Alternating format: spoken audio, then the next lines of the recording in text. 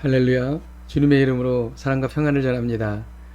오늘 하나님께서 우리에게 주시는 말씀은 사도행전 27장 27절에서 44절까지 말씀입니다. 열 나흘째 되는 날 밤에 우리가 아드리아 바다에서 이리저리 쫓겨가다가 자정쯤 되어 사공들이 어느 육지에 가까워지는 줄 짐작하고 물을 접으니 20길이 되고 조금 가다가 다시 재니 15길이라 암초에 걸릴까 하여 고물로 단 넷을 내리고 날이 새기를 고대하니라. 사공들이 도망하고자 하여 이물에서 닷을 내리는 채 하고 거룻배를 바다에 내려놓거늘 바울이 백부장과 군인들에게 이르되 이 사람들이 배에 있지 아니하면 너희가 구원을 얻지 못하리라 하니 이에 군인들이 거룻줄을 끊어 떼어버리니라.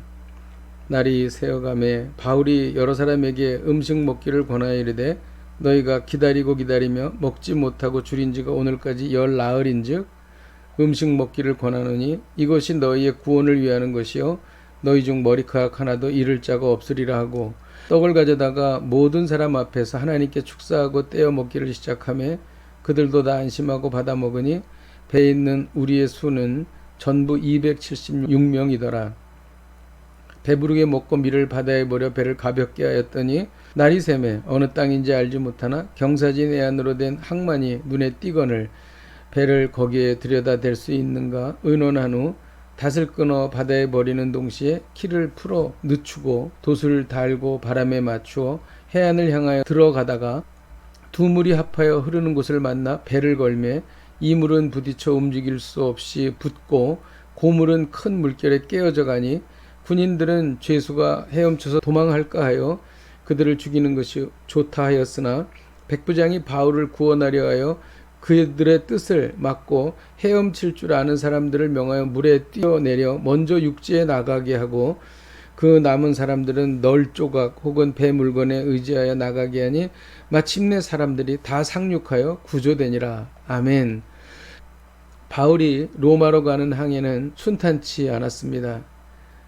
배가 출항한 지 14일이 되는 날 아드리아해에서 풍랑에 이리저리 쫓겨다닌 것입니다. 아드리아해는 이탈리아와 발칸 반도 사이에 있는 바다를 말합니다.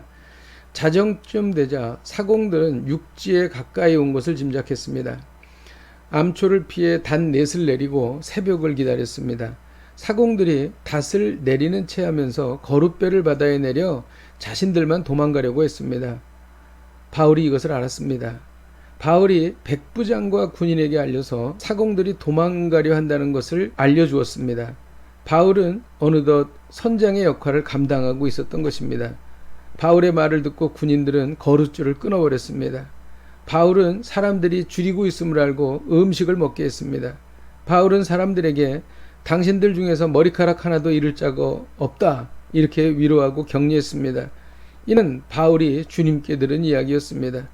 이것은 사람들에게 큰 위로가 되었습니다.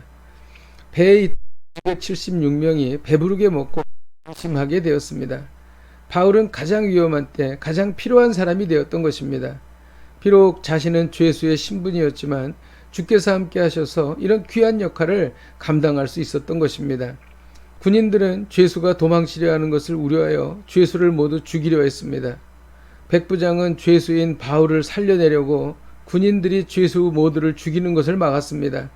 바울은 이때에도 본의 아니게 많은 사람들의 목숨을 살리게 되었던 것입니다. 인생은 누구나 예외 없이 영원한 죽음으로 달려가는 과정입니다. 그러나 우리가 예수 그리스도의 복음을 전할 때 사람들에게 진정한 희망을 줄 수 있는 것입니다. 그러므로 열심히 복음을 전해야 합니다. 인생이란 절망의 바다에서 희망을 주는 사람이 되라.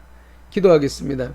하나님 아버지, 바울은 죄수의 신분이었지만 그가 많은 사람들을 살리고 또 희망을 주고 격려했습니다. 결국 바울로 인하여 배에 있는 모든 사람들이 구조되었습니다.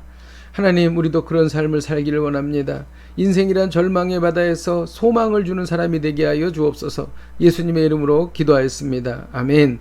할렐루야. 오늘도 이 말씀 붙잡고 승리하십시오.